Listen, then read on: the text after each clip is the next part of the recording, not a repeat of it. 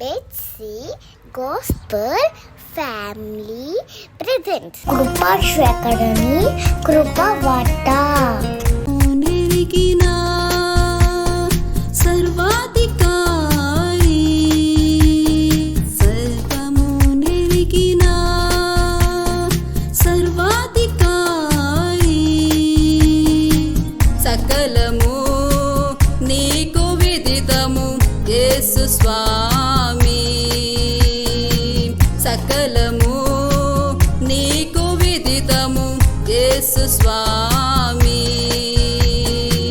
కరుణ చూపే కృపాశేఖర నీ కృపయే నాకు ఆధారమాయే కరుణ చూపే కృపాశేఖర నీ కృపయే నాకు ఆధారమాయే నీవే నా దుర్గము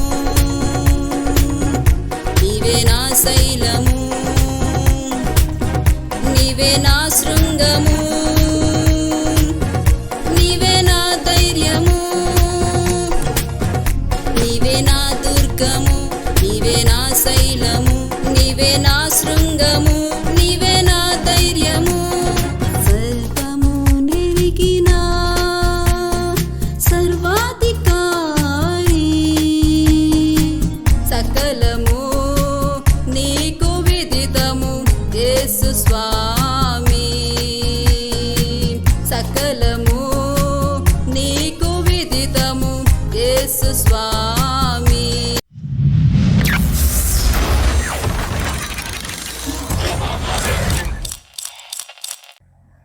లోకరక్షకుడును మహాగణుడైన యేసుక్రీస్తు వారి యొక్క అత్యున్నత శ్రేష్ఠ ఘన పరిశుద్ధ నామములో కృపాశేఖరుని కృపావార్త వీక్షకులైన మీ అందరికీ కూడా హృదయపూర్వక వందనాలు తెలియజేస్తూ ఉన్నాము.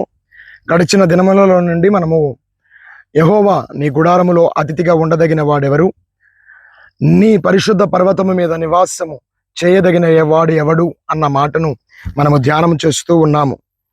దానిలో ఈరోజు 4వ వచనపు చివరి భాగములో అతడు ప్రమాణము చేయగా నష్టము కలిగినను మాట తప్పడు. ఎవరు? దేవుని గుడారములో అతిథిగా ఉండదగిన వాడు, దేవుని పర్వతము ఎక్కగలిగిన వాడు ఎలాంటి వాడై ఉంటాడంట?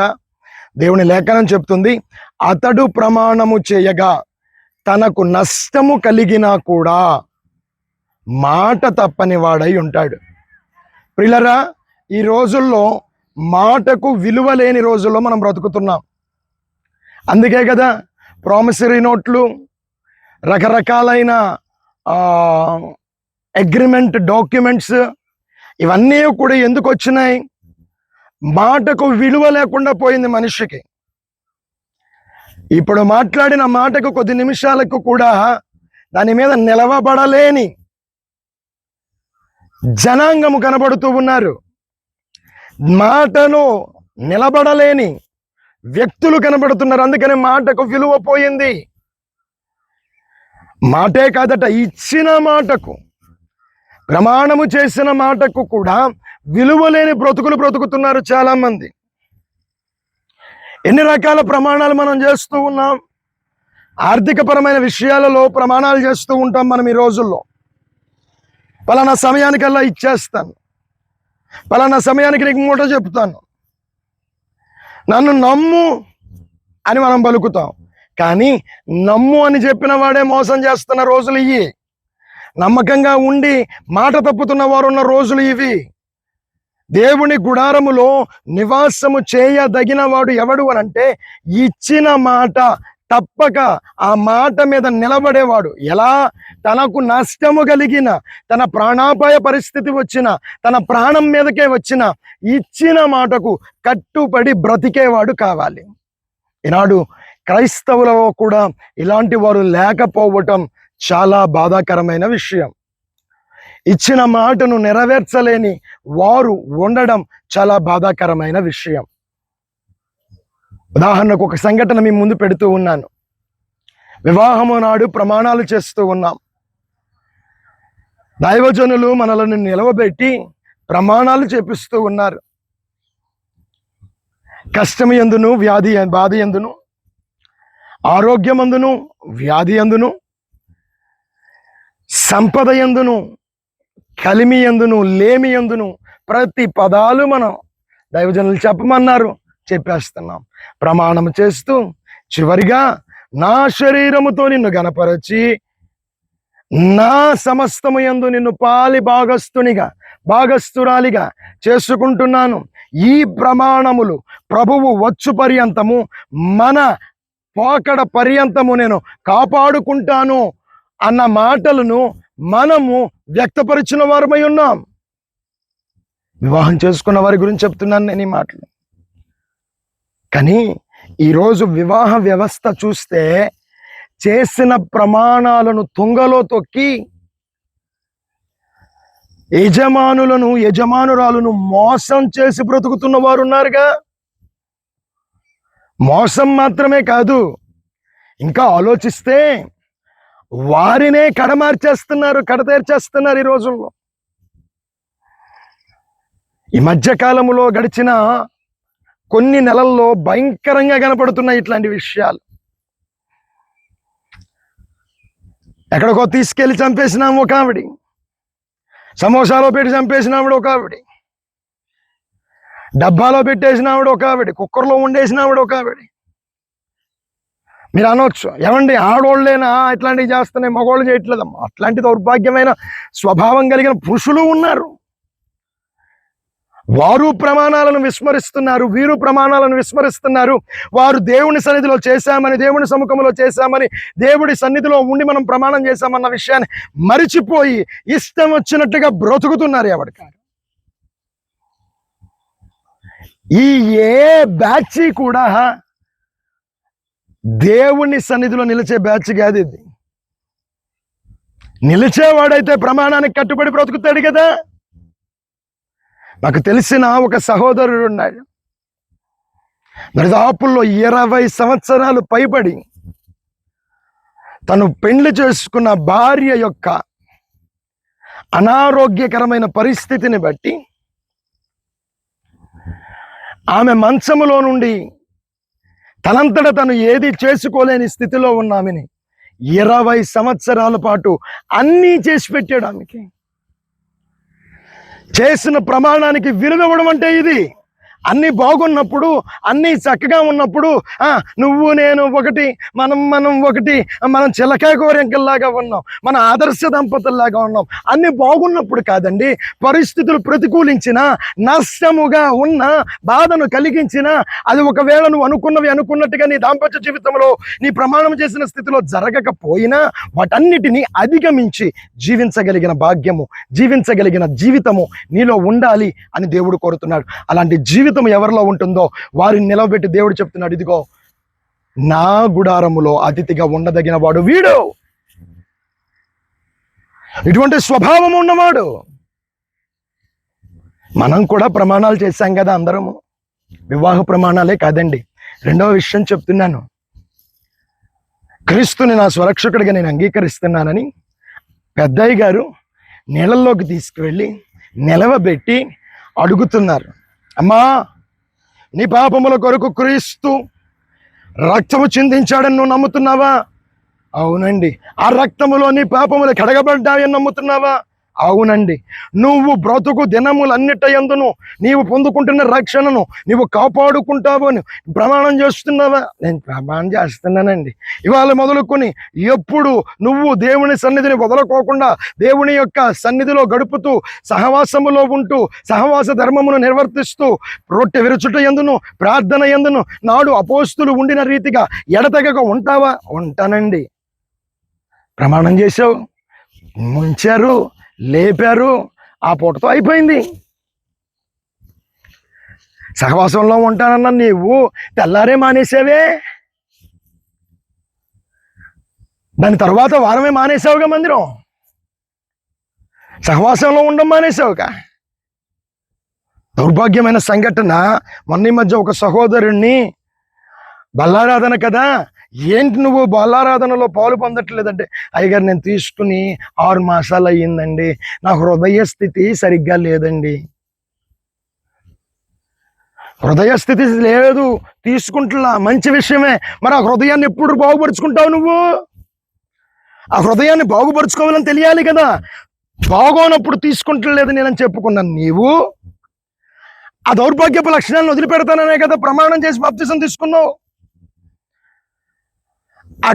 ఆ మనస్సులో ఉన్న ఆలోచనలు వదిలిపెడతాననే కదా నువ్వు బాప్తిసం తీసుకున్నావు. మరి ఆ ప్రమాణం తప్పుతున్నావు కదా. తప్పిన బ్రతుకెందుకు నీకు? దాన్ని వదిలిపెట్టమని కదా దేవుడు చెప్తూ ఉంది. ఆలోచించు ఒక్కసారి. నెల నెల ఈ సంస్కార ఆరాధన ఎందుకు పెడుతున్నామో తెలుసా?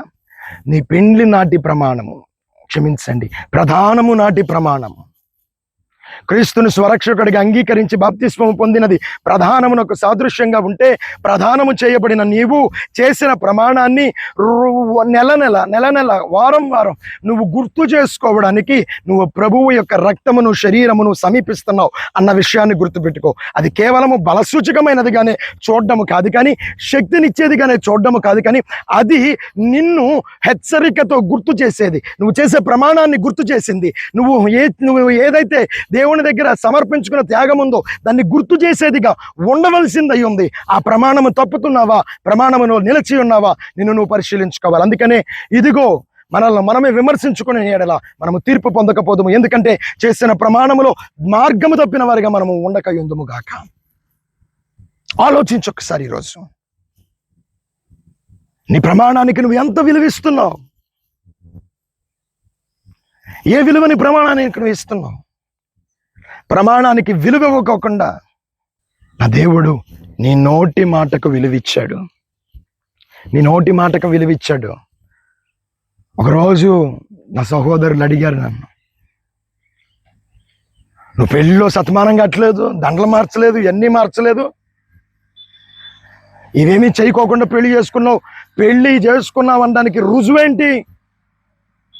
ఏమండి, ఒక రాష్ట్రానికి ముఖ్యమంత్రి అయితే, ఒక దేశానికి ప్రధానమంత్రి అయితే వాళ్ళ మెడల్లో ఏం ధరింపజేస్తున్నారండి? వాళ్ళు ఒక మాట చెప్తున్నారుగా, ప్రమాణం చేస్తున్నారుగా. అందుకేగా దాన్ని మనం ప్రమాణ స్వీకారం అని పలుకుతున్నాం.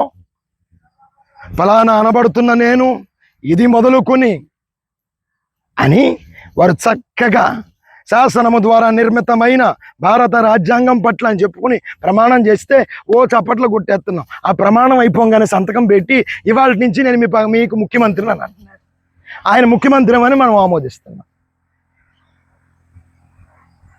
మాట నోటితో ప్రమాణము చేసి ఆ ప్రమాణమునే నా దేవుడు ప్రామాణికముగా ఎంచుతున్న వాడై ఉన్నాడు. అంతే. ఇంకా ఆయన ఏమి రుజువులు పెట్టుకోవాలా. పలానా వ్యక్తి ముందు నువ్వు మాట్లాడావు, పలానా నదిలో నువ్వు బాప్తిసం తీసుకున్నావు, పలానా టైంకి అయినా ఇంకెక్కర్లా. నీ మాటను దేవుడు విలువగా ఎంచాడు. నీ ప్రమాణాన్ని దేవుడు విలువగా ఎంచాడు. ఎంత నష్టము కలిగిన, కష్టము కలిగిన, పరిస్థితులు ప్రతికూలించిన, అనుకూలించకోకుండా అవన్నీ కూడా నువ్వు ఊహించని రీతిలో జరుగుతున్నా ఏమాత్రము సందేహించొద్దు.